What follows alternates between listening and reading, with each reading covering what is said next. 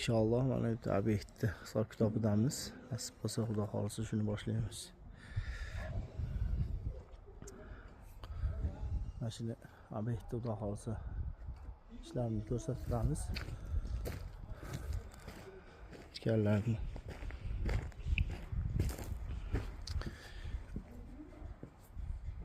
bismillah.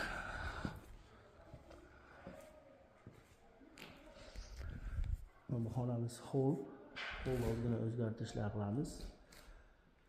Keyin bu yerda oshxona. Oshxonamizda kuxniy zona, ichki o'rinlar tashab ketilgan. Bu yog'imiz dirkaga tayyor. Ikkinchi xonamiz.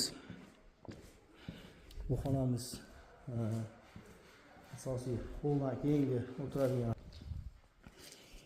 Bu xonamizda ramkalar, televizor zona и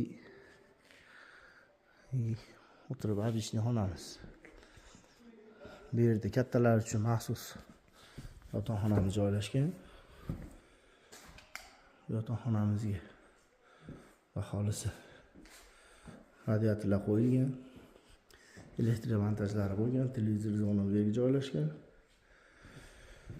Xo'p, sanuzellari bahorsi bitgan ekan. Sanuzellari chiroyli holatda, go'zal. Solar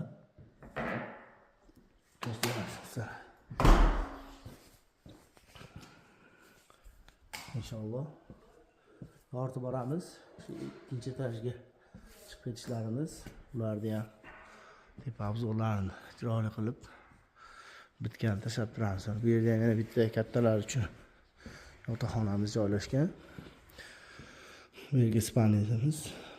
Bu yerda o'zini alohida sanuzeli, hammomlar bilan shu kabinkalar o'rnatilgan, tayyor.